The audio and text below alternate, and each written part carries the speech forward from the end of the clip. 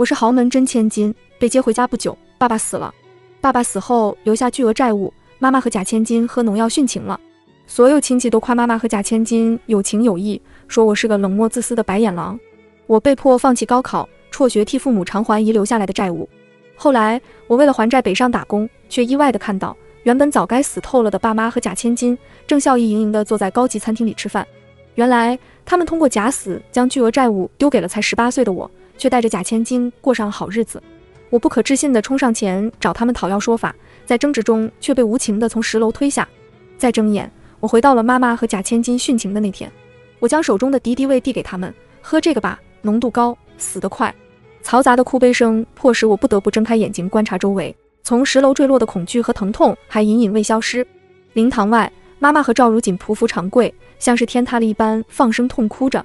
统一穿了黑衣黑裤的亲戚们此刻正围坐一团，或伸出双手安抚着在地上哭泣的母女，或跟着跪在棺材前掩面哭泣。直到奶奶突如其来的一巴掌重重地落在我的脸上，我才彻底清醒了。赵角角，你这个没良心的白眼狼，亲生父亲死了，你居然连一点眼泪都没有。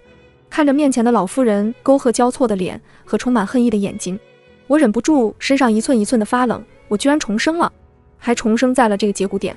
听到这边的动静，周围的人也纷纷转过头，议论声四起。这亲生的孩子还不如养女呢，人家如锦的眼睛可都哭肿了，这赵角角还一脸事不关己的站在那儿。毕竟老赵夫妇亲自养了18年的女儿是如锦嘛，这赵角角怎么说也才是2年前刚认回来的，听说前10几年都在大山里生活，这种人你要他有什么素质？不管怎么说也是亲生父亲吧，把他从大山里接回来，他才能接受城里的高等教育。现在看啊，这就是一只喂不熟的白眼狼。我摸了摸被打后还隐隐发热的脸，不由得心中冷哼，白眼狼吗？上一世的这个时候，眼前的这一幕也同样发生过。因为没有哭，所有的人都责备我是个没有良心的白眼狼，不如赵如锦有孝心。在我妈和赵如锦为了我爸殉情自杀后，这些亲戚更是站在道德制高点，狠狠地责骂我不懂得感恩。他们将我爸妈留下的那套房子抢走，说白眼狼不配享受父母留下的财产。可当我爸妈的债主追上门时，他们却急切地将我推了出去，说作为亲生女儿，我有义务替父母偿还债务。于是我只能辍学，住在桥洞下，同时打了好几份工来偿还债务。可没想到，这一切不过是一场局，所有的一切都是假的。爸爸的死是假的，妈妈和赵如锦的殉情也是假的。他们所做的一切，不过就是为了能彻底摆脱早已不堪重负的债务，过上只有他们一家3口的幸福生活。甚至在被我发现真相后，毫不留情地将我推下了高楼灭口，还伪造了他自杀的现场。我赵角角不过是这一盘棋中最大的弃子罢了，只是老天给了我重来的机会。这一次，我要让你们为自己的所作所为付出代价。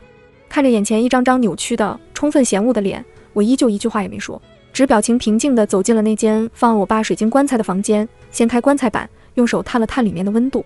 果然，这通过低温冷冻来防腐遗体的棺材，里面的温度似乎比室外还要温暖宜人呢。赵角角，你干什么？我妈见我站在棺材旁，立马激动起来。你爸去世你不难过就算了，你为什么要掀你爸爸的棺材板？你是要让他死得不安宁吗？赵如锦也哭着在旁边搭腔，姐姐，我知道刚刚大家的话让你不开心了，可你也不能把气发在爸爸的遗体上啊。闻言，我松开了手，表情无辜地看着他们，另一只手则狠狠地掐了一把自己的大腿。1秒后，眼泪落下，妈妈，我只是觉得爸爸的样子就好像只是睡着了一样，他没有死，对不对？听到没有死这3个字，我妈的脸色立马条件反射性的不自然起来，她恶狠狠地瞪着我，赵角角，你在胡说什么？你一定要把葬礼搅得不得安宁是不是？我没有错过我妈和赵如锦眼底一闪而过的慌乱。果然啊，他们这么早就已经谋划好了，就等着3人一起假死，来一次干脆利落的金蝉脱壳。我没再回他俩的话，只红着眼眶将脸转向奶奶那里。刚刚还恶狠狠地甩了我一个巴掌的老人，此刻正不明所以地看着我的举动。我死死地咬住嘴唇，装作在忍泪。奶奶，我不想哭，我不相信爸爸真的去世了，那个爱我疼我的爸爸怎么可能就这么死了呢？不可能的，你们都在骗我，他一定只是睡着了，对不对？话音刚落，周围突然安静一片，所有人都止住了嘴，看向我。奶奶瞬间就红了眼睛，情绪瞬间溃不成军，她颤抖着身子走近我，角角，你真是因为这个原因才没有哭的吗？我的眼泪大颗大颗的滑落。奶奶，我从小在山里，养父养母经常打我，不干活就没有饭吃，是爸爸将我接回了家，爸爸对我好，给我提供最好的环境，我很爱爸爸的。可是这么伟大的爸爸怎么可能会死呢？我不信，他一定只是睡着了，他只是在睡觉而已，你们为什么要哭？我不允许你们诅咒爸爸。上一世，奶奶并不知道爸爸是假死，也只有奶奶是这场葬礼上真正在伤心的人。可我爸在金蝉脱壳后，也并没有把真相告诉我奶奶，连一次联系都没有。因为上一世我对爸爸的死表现得太过反应平平，奶奶一开始恨透了我。可后来见我放弃高考，辍学替爸妈还起了债，奶奶默默地将自己在老家的房产全部卖了，开始捡起了废品来帮助我一起还债。只可惜第2年，奶奶在外出捡废品的路上遭遇了车祸，意外去世。那个原本养尊处优了一辈子的老太太，就此结束了她的一生。此刻，老妇人见我涕泗横流的样子，再也没了先前那愤恨跋扈的样子，边叹气边抚着我的背。原来角角是接受不了自己的爸爸突然去世了，不敢去相信这个残酷的现实。我又何尝不是呢？我就这一个啊！我忽地抬起头，坚定地看着奶奶。不，奶奶，爸爸真的只是睡着了，他没有死。听到我反复提起这句话，我妈瞬间暴怒：赵角角，你不要再说这些疯话了，你爸已经死了，他在棺材里躺着呢。就连奶奶此刻眉间也透露了一丝不耐烦。好了，角角，不要再说这些不切实际的话。我歪着头，假装懵懂地看着所有的人。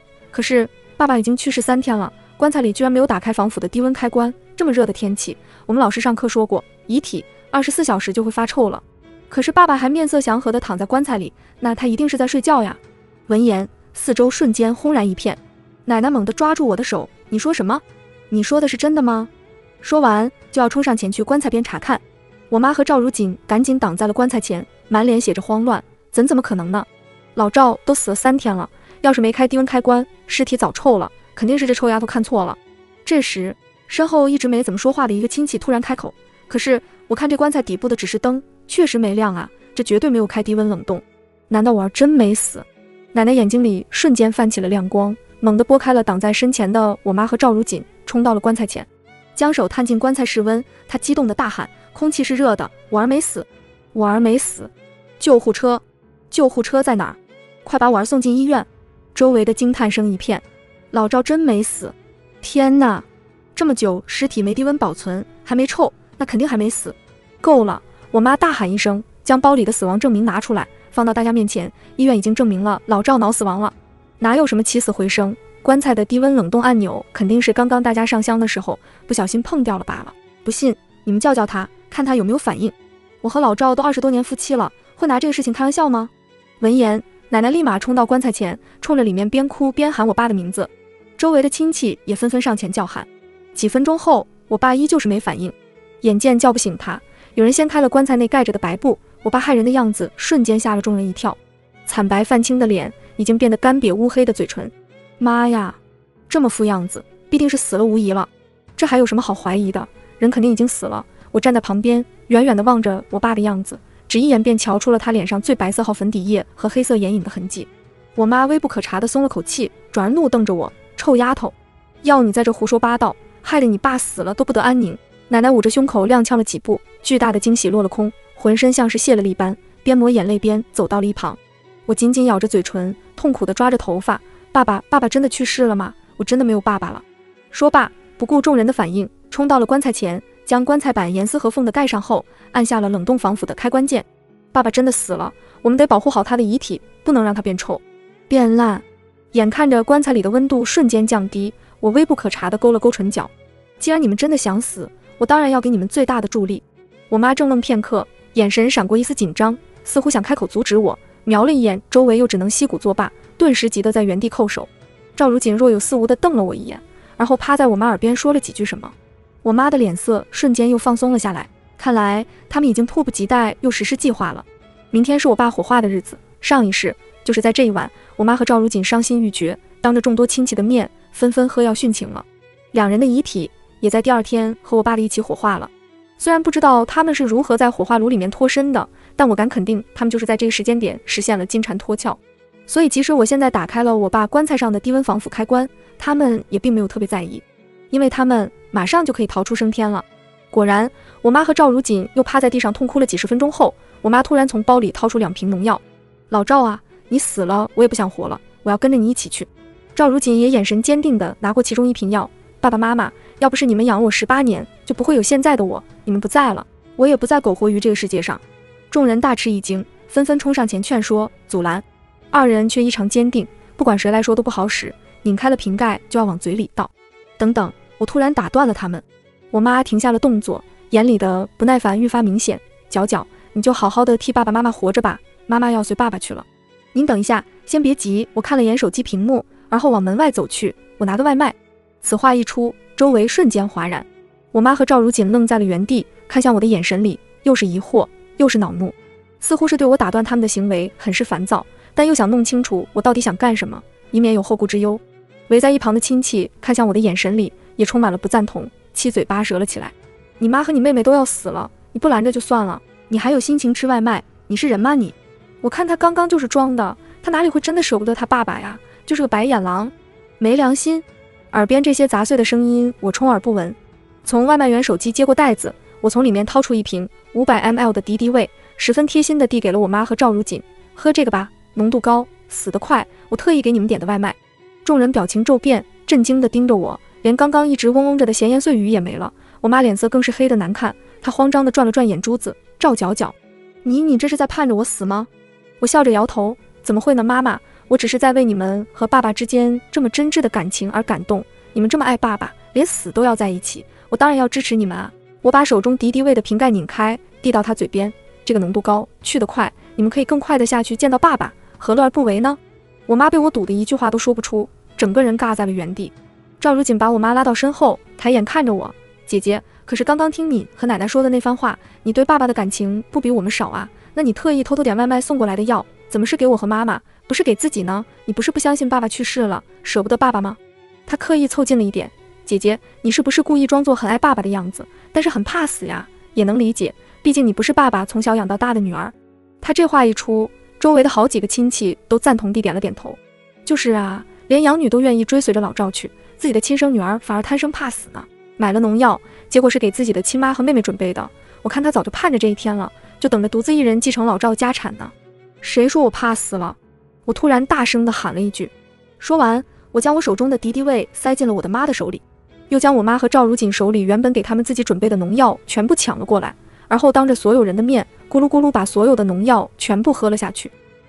味道还不错，酸酸甜甜的。所有人都被我的行为吓得噤了声，奶奶更是惊得直接冲了过来，看着地上的2瓶空农药瓶，颤抖着开口：你真的把2瓶农药都喝下了？你这孩子，你这是真要跟着你爸去啊？奶奶激动地握着我的手，但我知道她并没有在关心我身体安危的意思，正如她一开始也没打算阻止我妈和赵如锦喝农药。她真正爱的一直都只有她自己的儿子，有人要去地下和她的儿子作伴，她有什么好阻拦的呢？此刻看着我真的喝下了农药，对我先前说过的那番话，她更是深信不疑了，看向我的眼神里充满了赞许。众人震惊完之后，又将目光投向了我妈和赵如锦。毕竟我这个一开始被骂作白眼狼的不孝女都已经把药喝完了，这2个哭天喊地叫嚣着殉情自杀的人，却还坐在原地看着敌敌畏发呆。看着他们眼神里透露出的无助和惊恐，我加了一把火：怎么了，妈？你们不喝吗？不想见爸爸吗？2个人尴尬地拿着那瓶敌敌畏：你把我们的药喝了，我们喝什么？我故作疑惑：啊，妈妈，我不是给你们买了新的吗？我一个人喝了2瓶呢，怎么你们2个人喝1瓶都不敢吗？亲戚们看着这对迟迟没有动作的母女，也开始疑惑起来。刚刚还叫嚷着要和我爸一起去了的2母女，只是因为我用自己买的农药替换了他们自己的农药，现在却安静地像2只被拔了舌头的母鸡。其他人当然想不明白，既然都已经决定赴死了，那还有必要在乎农药是谁买的吗？这老赵媳妇咋回事啊？怎么现在又不寻死觅活了？农药换了就不想喝了？为什么？难道他们自己的那2瓶？眼下这情况，我瞅着还真不是没可能，说不准那2瓶药就是水呢，当着我们大家伙的面做样子罢了。还真是，不然你看那赵角角喝了这药也有段时间了，怎么一点反应也没有？听到这句话，众人纷纷转头观察我的身体情况。按理来说，就算是寻常农药，毒性都很大，只要服下没多久就会立即倒地，口吐白沫，更别说像我这样哐哐喝了2大瓶的了。而此刻的我，面色红润有光泽，身体健康的甚至可以当场翻几个跟斗。到这个地步，哪怕是傻子都能看出来是怎么一回事了。奶奶的脸色瞬间黑了下去，责备的目光直直地盯着这对母女。我妈窘迫的说不出一句话，脸红的可以滴血了。眼见着实在没有退路，她转了转眼珠，忽地两眼一翻，直接晕了过去。赵如锦趁着机会赶紧扶起我妈去楼上的房间休息了。那瓶农药也被就着混乱随意丢进了垃圾桶。周围的亲戚见此一幕，表情抽搐，彻底明白过来一切后，全都鄙夷地望着那对母女走的方向，叽叽喳喳叨了起来。我奶奶要面子，最后3两句就将人都打发了，众人都陆陆续续走的走，留下休息的休息。我则打着给我爸守灵的名义，直接坐在了我爸的棺材前，寸步不离。棺材里的温度下降得很快，我瞄了一眼白布下那双穿着寿服的腿，正细微颤动着。你看啊，哪怕冻着这样，我亲爱的爸爸依旧坚持假死，想以此摆脱我。其实从上辈子我就在怀疑，是不是当初将我接回赵家的时候，那份亲子鉴定出现了错误。我并不是赵家的亲生孩子，这一切是一场巨大的乌龙。不然为什么会有父母这样对待自己的孩子呢？18年前，我和赵如锦同一天出生在医院。我爸妈条件优渥，而赵如锦的妈妈只不过是从大山来城里打工的环卫工人。为了让自己的亲生女儿过上好日子，赵如锦的亲生母亲歹念一起，偷偷地将我和她自己的女儿互换了身份。为了不被发现，她放弃了在城里的工作，在第2天就带着我回到了大山里。自此，赵如锦在我家过上了富家千金的生活，接受着最好的教育。而我则替她在深山中清贫疾苦了18年，就连想在晚上开一盏电灯看书学习，被发现了还会被养父养母暴打一顿。要不是2年前赵家偶然发现当年的孩子被调包的事情，将我从大山里接了回去，恐怕我现在已经被养父养母卖给了同村的傻子当媳妇了。虽然回了赵家之后，我依旧算不得过上好日子。经过了我爸妈投资了18年的精英式培养，赵如锦如今无论是身材外貌还是才艺技能，浑然都散发着富家千金的气息。而我刚刚从大山里出来，皮肤粗糙黝黑，性格寡淡无味。我爸妈在见到了我的第一眼就皱紧了眉头，他们无法忍受自己的女儿是眼前这个丑陋的土包子。所以后来赵如锦一次次对我的挑衅，他们视而不见，对我大事小事的污蔑，他们一一追责。他们一次一次告诉我，赵如锦在这个家生活了18年，同样是他们的女儿，让我不要总想着欺负她。只是当时的我并没有太在意，毕竟赵如锦的确是他们教养过10几年的女儿，有感情有偏爱也挺正常的。而且他们并没有在物质上亏待我，我也开始接受了最好的教育，去了本市最好的高中，这是我曾经在大山里可望而不可及的。所以就这一点，我依旧觉得是我应该感激他们的事情。我甚至计划好了，等到高考结束，我就出去半工半读离开这个家，把本该和谐的家庭还给他们，也当是还给自己一个平静的生活。只是他们并没有留给我这个机会。上一世爸妈死后，他们留下的那一堆债务被强制压在了我的头上，要债的人天天堵在门口，我不得不辍学，不得不放弃或许马上就能改变我人生的高考。我爸妈早就已经把赵如锦当做了亲生女儿，他们才是真正的一家3口，为了他们自己的利益，他们可以毫不犹豫地抛弃我。只不过这一世，我不会再做那个任人欺凌的冤大头。既然你们将绝情演绎得这么淋漓尽致，便让你们尝尝搬起石头砸自己的脚是什么滋味。我守在我爸的棺材前还不到3分钟，赵如锦便急匆匆地从楼上下来了。想必是安顿好晕了的妈妈，又想起马上要被冻成粽子的爸爸了。他眼神往棺材里面瞥了一眼，强压着慌张拉了一把我的胳膊，姐姐，爸爸这里就由我来守着吧，你先回去休息。好。我马上站起身，把位置让给了他。似乎是完全没想到我会这么痛快，他瞪大了眼睛，狐疑地看着我。我没再留给他一个眼神，自顾自地往自己的房间走。不给他这个机会，怎么能放鱼饵钓大鱼呢？这一世我妈和赵如锦没假死成，但他们的计划依旧会进行。如果我没猜错的话，他们现在就已经等不及了。半夜，所有人都熟睡后，果然灵堂响起了窸窸窣窣的响声。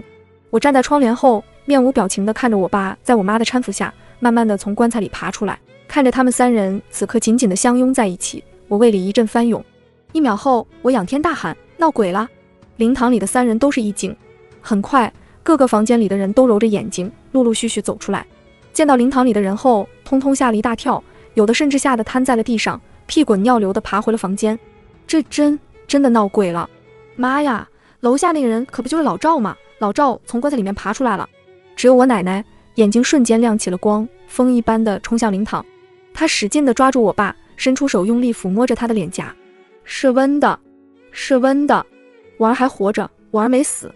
对上一众目光，爸爸坐也不是站也不是，只能呵呵地干笑着。我妈和赵如锦瞪大眼睛看着我，咬牙切齿，目睹了诈尸现场。在场的亲戚们从恐惧到好奇，再到惊喜。哎呦，这老赵真没死啊！我摸摸，还真是热的呀。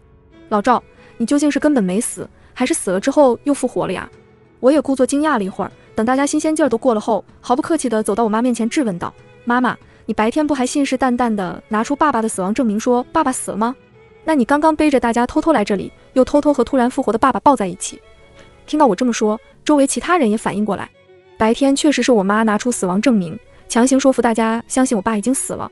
那大半夜怎么又突然出现在灵堂？就算是刚发现我爸醒了，为什么只一家三口偷偷聚在一起，不把这个好消息通知给其他人呢？更何况按照我妈白天的说法，我爸的棺材已经开了3天的低温防腐，只是白天不小心碰到开关才关上了。那一个大活人是如何在3天的超低温密闭空间里存活下来的呢？我没等我妈支支吾吾的回应，直接冲了过去，强行把她包里的那张死亡证明强行抢了过来。这什么破医院，居然连病人是生是死都没搞清楚，就直接宣告死亡，实在太过分了。我爸都差点死在这个破医院手里。然后直接拨通了上面的电话，只是这手机铃声怎么好像从我妈包里传出来了？所有人都懵了，我妈的额头上豆大的汗珠滑落，趁着她愣神的功夫，我快速的从她包里抽出手机，按下接听键。同一时刻，我手机上的页面也显示对方已接通。我故意一愣，惊讶地问道：妈妈，这爸爸死亡证明医生的联系方式怎么填的是你的号码呀？我妈身子一抖，支支吾吾道：这一定是医生开单子的时候不小心把家属电话填错位置了。是吗？我笑了笑，那我现在就打电话给卫健委，让他们好好查查这个医院。连这样的错误都会犯，够了。刚刚还一直沉默不语的我爸突然冲着我吼了一声，他的头发和睫毛上还结着冰霜，脸上画的尸体妆都糊在了一起。他深深地吸了一口气说：赵角角，做人要善良，医院不过也就是犯了一个小错误而已，没必要强揪着人家不放，我活着回来了不就行了吗？一向以我爸为大的奶奶此刻高兴的没了边，自然也是向着我爸的观点。其他的亲戚即使心知肚明现在是怎么一回事，但对于别人家的家事，还是在男主人还在的情况下，就更插不上嘴了。突然，隔壁的灌木从内有一抹刺眼的光一闪而过，我爸猛地一激灵，谁？很快，从灌木丛里钻出了10几个人，身上全装备了一整套的户外直播工具，是我下午就通知过的户外灵异主播来了为首的那个博主，笑得很灿烂。之前看那条匿名消息说这里会发生灵异事件，我还不信，结果还真被我们直播到了诈尸现场啊哈哈！今晚这波流量真是赚大了。身后的几个博主也回应道：是啊，不过这后来信息量也太大了。他们意味深长地看我爸妈一眼，你们家这家庭纠纷貌似也不少呢，正好给我们的直播间添了新的看点，感谢啊感谢。我妈脸色惨白，声音颤抖：你们是从什么时候开始直播的？其中一个博主大声回：当然是从您丈夫从棺材里爬出来的那一刻开始啊。我妈双眼一翻，往旁边一倒，要是没有我爸在旁边换扶着，估计又要晕过去了。我拿出手机，随便找了其中一个博主的直播间，看到人数已经飙升上万，评论区也早就沦陷。我的妈呀，好恐怖！刚开始真的以为是诈尸了，只不过从这后面的走向和这家人的聊天内容，原来这棺材里的男尸从一开始就在装死啊！什么？怎么突然从恐怖频道换到了民生频道？上面的别开玩笑了，这种自己乱开死亡证明的行为不恐怖吗？难道真的不用承担法律责任吗？看起来知道这男尸是假死的，好像他那个老婆还有灵堂里的那个女儿吧。别太离谱，这是想通过假死诈骗什么吗？不管怎么样，我先找卫健委。卫健委 A 市派出所。我双手抱胸靠在墙边，满脸轻松地看着我爸他们3人脸上的表情逐渐崩塌。我亲爱的爸爸，我送给你死而复生后的第一份礼物，你喜欢吗？奶奶挥舞着扫把，将这些灵异博主全部赶了出去。只是可惜直播的热度早就到了巅峰，评论区一水的都是各种蓝 V 账号，明天一大早估计家门口都要被踏烂了吧。我妈恶狠狠地瞪着我，赵角角，这些人是不是你叫来的？你是不是故意的？我歪了歪头，疑惑地看着他，妈妈，你怎么会怀疑是我呢？我哪会知道爸爸今晚会死而复生呢？毕竟你白天这么坚定地告诉我们爸爸已经死了。我妈不管不顾地大吼：是你，一定是你，这一切都被你毁了，你该死！我差点气笑了，一切都被我毁了。他们3人假死出逃，把巨额债务丢在我身上的这场梦被我毁了是吗？不孝女，就当我没生过你这个女儿！我爸也气得怒目圆睁，扬起手就要朝我挥来，我迅速地侧头躲过了，而后立马从包中拿出一份文件递给他。爸爸，听到你这么说，我真的很伤心。不过你如果当没生过我这个女儿的话，就把这份断绝亲子关系书签了吧。由于重生回来的时间太短，这份文件是我刚刚在房间手写的，我一直揣在兜里，就等着他说这句话。我爸妈正在气头上，二话不说就拿起笔在纸上签了字。现在你不再是我们的女儿，给我滚出我的房子！我笑脸盈盈地接过文件，哀嚎。于是满屋的亲戚一脸懵逼地看着我回房间收拾好东西，头也不回地走了。就连赵如锦看向我的眼神也充满了怪异，似乎人人都不明白之前那个沉默寡淡的赵角角为什么在今天突然像变了一个人一样。是啊，以前的那个赵角角早就死过一次了，现在的赵角角只为自己而活，昨晚直播的热度比我想象中的还大。由于涉嫌非法开具死亡证明，警察第二天就将我爸妈还有医院代表带回了派出所。只是死亡证明上的那个医院，实际上根本就没有参与我爸妈的这件事，也更不存在开具假的死亡证明了。那张死亡证明根本就是我妈随意从网上下载的模板，然后随便套用了一个附近的医院。只不过上一世的眼瞎了眼蒙了心，连他们这么拙劣的演技和手段都没看出来。因为医院没有参与，我爸妈认错态度又很诚恳，再加上我奶奶一把鼻涕一把泪的作证，最后这件事被判为民事纠纷，派出所只对我爸妈口头教育了几句，就让他们回家了。这件事后我就住回了学校。1个月后就是高考，上一世我被迫做了我爸妈的弃子，因此丢失了学业，错过了高考。这一次我不会再丢失这唯一属于我的最珍贵的机会。网上关于这件事的热度还没过去，网友还在津津乐道地传阅着这个视频。网友们对于我爸妈犀利的评价和攻击也没有停过。最近这段时间，我每天在学校重复着3点一线的高强度学习生活，并没有将太多的精力放在这件事上。但我知道赵家的人不可能就这么罢休。果不其然，第2周，我妈就用以自己本名命名的账号发送了一则视频声明。视频中，她声泪并述，她将我和赵如锦的身世先陈述了一遍，又描述了赵如锦平时是如何孝敬他们，而我又是如何陷害赵如锦，如何对自己的父母冷漠不关心。如今赵家的公司发展规模越来越大，他们也有一大笔存款，2个女儿都已成年，这些东西迟早是要分给他们的。他强调编造这个假死事件不过就是为了测试2个女儿而已，也是为了给我这个亲生女儿一个机会。而在这过程中，他们的养女赵如锦每天跪在父亲灵前，哭得几乎晕厥，甚至想要喝农药跟着父亲一起去了，这样的孝心苍天可见。而我作为他们的亲生女儿，刚开始只是站在灵堂冷漠如冰，没有一滴眼泪，后来更是屡次掀开棺材板侮辱亲生父亲的尸体，还外卖了1瓶农药来故意阴阳怪气，想要随父亲而去的赵如锦，最后还做出找10几个灵异博主来偷摄自己父亲灵堂的行为。他的这份声明一出，网上瞬间炸开了锅，有一大批的网友倒戈了观点。虽然说用假死这个行为来测试女儿也不值得提倡，但是这个亲生女儿确实挺过分的。那个养女毕竟是自己养了18年的女儿，教养和素质都不一样的，亲生女儿是大山里出来的，素质能高到哪儿去啊？当时我就觉得挺奇怪的，哪有自己女儿亲自联系灵异博主去偷拍自己父亲灵堂的，这个行为就很难评。上次直播画面里，我看到亲生女儿和养女的脸了，这亲生女儿长得也挺好看的吧，但就是阴沉沉的，养女真的长得很甜美，那破碎感真的太美了。学校网速快的学生也刷到这件事的后续了，一时间一传十，十传百。现在学校所有的人看我的眼神都怪怪的。赵如锦这几天也终于来上学了，她笑盈盈地将我拦在了走廊上，姐姐，要不要我去网上帮你解释一下吧？这么多人骂你，看得我好心疼。我回了她一个笑容，怎么了？上次的敌敌畏还喝不够吗？要不我再给你点个敌杀死灭害灵。她气得猛瞪我一眼，你，随即眼神又忽地瞄向我身后，而后自己突然摔倒在了地上。她娇滴滴带着哭腔的声音随即而来，姐姐，我知道网上的事情让你不高兴了，但你也不能在学校就对我动手啊。几秒后，我身后走过来10几个抱着书路过的后学，看向我的眼神全都充满了厌恶。赵角角，你在公共场合就欺负自己的妹妹，是不是太过分了？没想到网上说的都是真的，亏我前几天还替你说了几句话呢。我瞥了一眼躺在地上眼神得意的赵如锦，淡淡的开口，让一下，挡着我路了，我现在要去学习。女孩立刻委屈巴巴的低下了头，姐姐对不起，你别凶我，我马上就走。呜呜。说完，她依旧躺在半路上一动不动。我直接抬脚往她身上踩了过去，借过，谢谢。赵如锦爆发了一声尖叫，身后的声音像轰炸开了一般，所有人都冲着我的背影叫骂着。我充耳不闻，现在谁也别想影响我学习。有人冲过来拉着我的领子不让我走，赵角角，你欺负了赵如锦，你今天必须承认这个罪行，还要向她道歉。我扯了扯嘴角，行。我径直走向赵如锦，扬起手猛地甩了她2个巴掌，轻飘飘道，对不起，赵如锦同学，刚刚欺负了你，我和你道歉。周围一片死寂，我看着周边这些护着他的人道，网上的新闻都看了吧，你们要是再来烦我，我也给你们买敌敌畏，偷偷加在你们饭里。听我这么一说，刚刚还想要上前抓我的人全都默默往后退了一步，而后全部散开了。没了这些缠人的手，我悠然自得地往前走。赵如锦在后面恶狠狠地开口，赵角角，我一定会让你消失在我的世界里。好啊，我等着。